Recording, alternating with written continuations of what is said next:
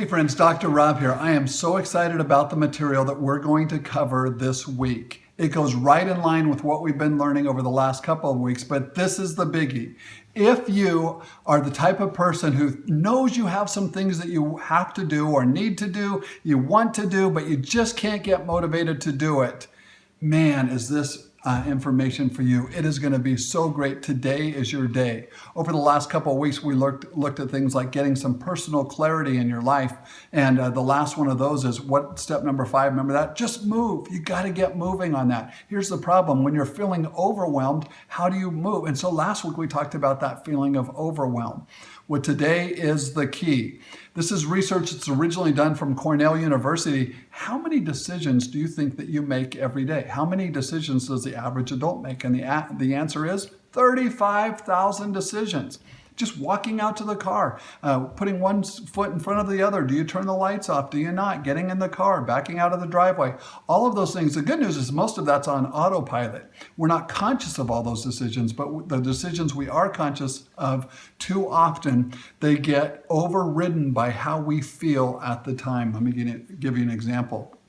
If I have a report to write and I really just don't want to do it, okay, you know what? I finished that. I have some time. It even says write the report, but you know what? I did want to check you know what? I got to get back to this guy.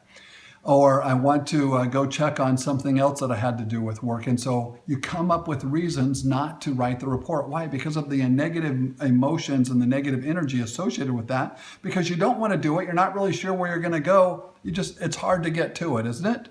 Or what about a phone call you have to make, even to a family member or a friend, or maybe somewhere at work, and it's not a call that you look forward to, and it might be following up on a sales call, something like that, where all of a sudden you're like, you know what? I just need to make the call, but I don't feel like doing it. How do you get motivated? Well, guess what? Motivation is way overrated. You don't have to get motivated. What you do have to know is the 5-second rule. I learned this from Donald Miller and his most recent podcast. He had a lady on there named Mel Robbins.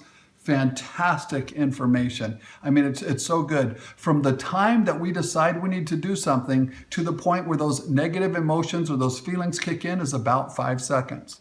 It's like, hey, I really need to write that report. And I know it's been due for a while, but this happens, I really need to get to the gym, but my back's a little sore and it is early in the morning and I could use another hour of sleep.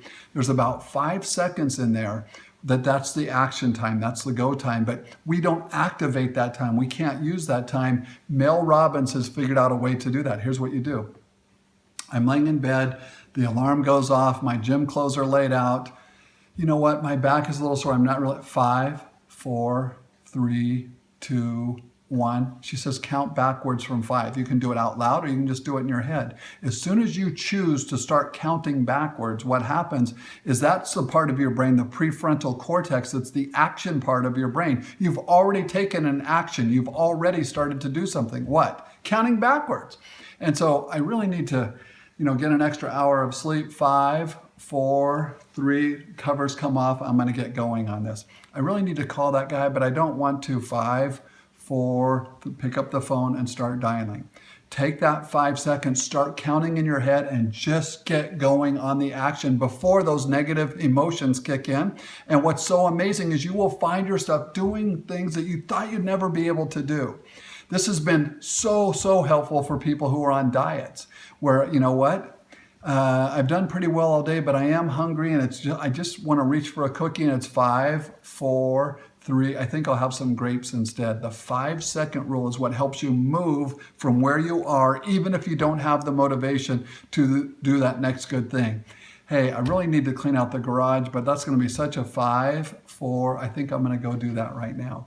Hey, this is Dr. Rob. This has been LeaderTribe. Great lesson today, 5-second rule. The freebie this week, you got to get it. Just scroll right down below. It is The Power of Habit. Best book that have come out on habits, breaking bad habits, starting good habits in the last 3 or 4 years. There's a 3-page executive summary. And if you'd like it, after you look at that 3-page summary, if you want the 10-page summary that expands on the things that it says you have to do, how do you actually do them, go ahead and hit me up, rob@leadertribe.com. Drop me an email. I'll get that to you. Hey, this is Dr. Rob, and this is LeaderTribe.